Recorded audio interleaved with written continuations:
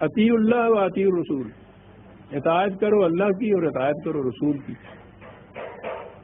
اب ان کے ہاں میں عرض کروں گا کہ اس کا پھر صحیح مفہوم کیا ہے۔ جب اسلامی نظام قائم تھا تو اس کا صحیح مفہوم موجود تھا، اس کے بعد جب یہ نہ رہا تو پھر انہوں نے کہا کہ اطیعوا اللہ تو ہوا اطاعت کرو اللہ کی، قرآن شریف کی روح سے، اس کی کتاب کی اطاعت سے، اطاعت کرو رسول کی، وہ کیسے کی جائے؟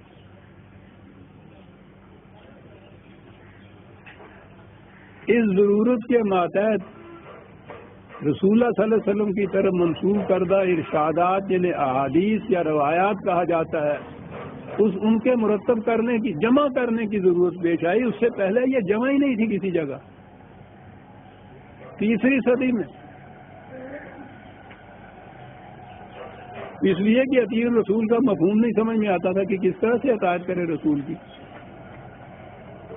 اب اس کے بعد میں اس تفصیل میں نہیں جانا چاہتا، بار بار یہ چیزیں آ چکی ہیں، کیسے یہ احادیث کے مجموعے مرتب ہوئے، مدون ہوئے، کس طرح سے جامع حدیث جسے کہتے ہیں، جن کو کہتے ہیں یہ، انہوں نے لاکھوں حدیثوں کو پرکھا اپنے قیاس کے مطابق، لاکھوں مسترد کی، ان میں سے چند ہزار ان میں سے منتخب کر کے اپنے مجموعے میں داخل کری۔ ظاہر ہے کہ ان کے لیے نہ تو خدا کی کوئی سند تھی، نہ رسول کی کوئی سند تھی، کہ فی الواقعہ یقینی طور پر رسول اللہ کے ارشادات ہیں۔ پھر حدیث کی مختلف کتابوں میں ایک دوسرے سے اختلاف تو ایک طرف، خود کسی ایک مجموعے کو بھی اٹھا کے دیکھیے، اس میں باہمی اختلاف ملے گا۔ آپ کو یاد ہوگا پچھلے درس میں میں نے یہ عرض کیا تھا، اختلاف اس قسم کے، یعنی اعتقادی یا تصوراتی یا نظریاتی اختلاف کی بات تو اور ہوتی ہے، وہ تو ایبسٹریکٹ ہوتی ہے۔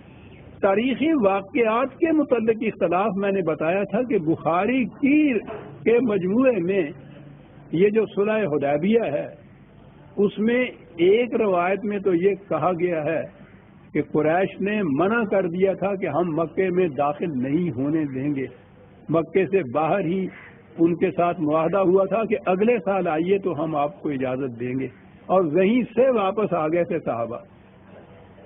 اور وہیں دوسری روایت یہ ہے کہ اسی سال قریش نے اجازت دے دی تھی، حضور بمع جماعت کے 3 دن مکے میں رہے تھے، وہاں یہ سب کچھ کیا تھا اور پھر واپس آئے تھے۔ ایک مجموعے میں ساتھ کے ساتھ 2 روایتیں ہیں، اور یہ تو تاریخی بات ہے، ان میں اتنا تضاد ہے۔ تو احکام میں یا عقائد میں یا نظریات میں جو اختلافات ہیں ان کا تو پوچھیے نہیں۔ یہ ہیں وہ اختلافات جو مٹ ہی نہیں سکتے۔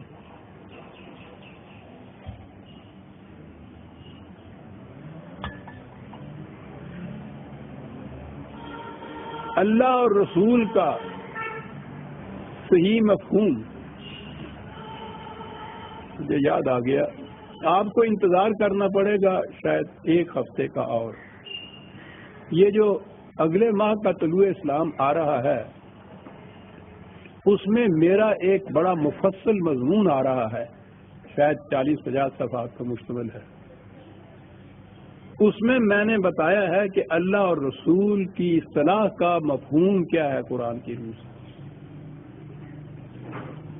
کیونکہ میں نے عمر بھر کے تجربے کے بعد میں اس نتیجے پہ پہنچا کہ جب تک اس کا صحیح مفہوم، قرآنی مفہوم متعین ہو کر ذہن میں نہیں آئے گا، کوئی ایک قدم بھی آپ کا بالاتفاق اجتماعی طور پر متفق علیہ مسلمانوں کا نہیں اٹھ سکے گا۔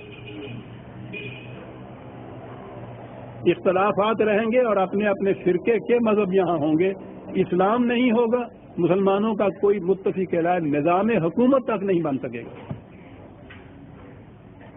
تو اس کے لیے تو آپ انتظار کر لیجئے، آپ سوچ لیجئے کہ یہ موضوع کتنا پھیلا ہوا ہے، کہ میں نے عرض کیا کہ اس پہ شاید 40-45 صفحے میں وہ مضمون آیا۔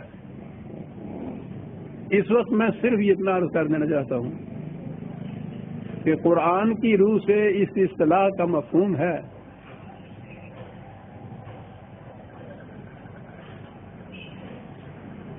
اللہ تعالیٰ کے احکام اور قوانین پر مشتمل نظام جسے عملاً رسول اللہ صلی اللہ علیہ وسلم نے قائم کیا تھا. اللہ اور رسول یوں آتا ہے اس میں نظام خداوندی. خدا تو وہ ہے کہ جو قیاس و خیال و گمان و وہم میں بھی نہیں آتا، چاہے جائے کہ کسی کے سامنے آ کے وہ حکومت قائم کرے اور کسی کو حکم دے. اس نے اپنے احکام کتاب کے اندر مندرج کر کے، کتاب کے اندر محفوظ کر کے امت کو دیے، رسول کو دیے. خالی کتاب بھی تجریدی مجرد ہوتی ہے، محسوس نہیں ہوتی. کتاب حکومت نہیں کر سکتی. کتاب حکومت کرنے کے اصول و قواعد اور قوانین اپنے اندر رکھتی ہے. قرآن میں تو یہ ہوا. اب ان کو کون نافذ کرے؟ کس وقت کون سا حکم نافذ کیا جائے گا؟ کون فیصلہ کرے اس کا؟ ظاہر ہے کہ ایک محسوس اتھارٹی کی ضرورت ہے. کوئی مملکت قائم ہی نہیں ہو سکتی کتنے ہی اچھے قوانین کے مجموعے ان کے پاس کیوں نہ ہوں، اگر ایک محسوس اتھارٹی جسے سربراہ مملکت کہتے ہیں، جسے مرکز امت کہا جاتا ہے، وہ موجود نہ ہو. یہ حیثیت سی سب سے پہلے نبی اکرم صلی اللہ علیہ وسلم کی، سب سے پہلی اسلامی مملکت کے سربراہ جو خدا کے احکام و قوانین کو نافذ کرنے کی ذمہ داری لیے ہوئے تھے.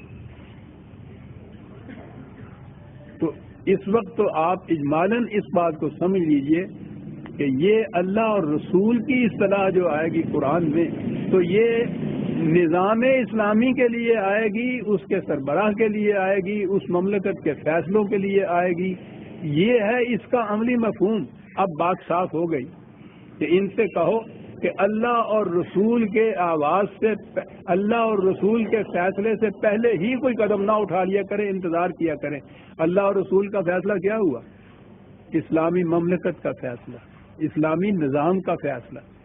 اب ان کو یہ ایک نظم و ضبط کی مملکت کے تابع رہنے کی تعلیم دی جا رہی تھی، تربیت دی جا رہی تھی کہ اب یہ بات نہیں جیسے پہلے تھا کہ جس طرح سے کسی کا جی چاہا اس نے پہلے ہی فیصلہ کر لیا اور کرنا شروع کر دیا جو کام جی چاہے. اب یہ نہیں ہوگا.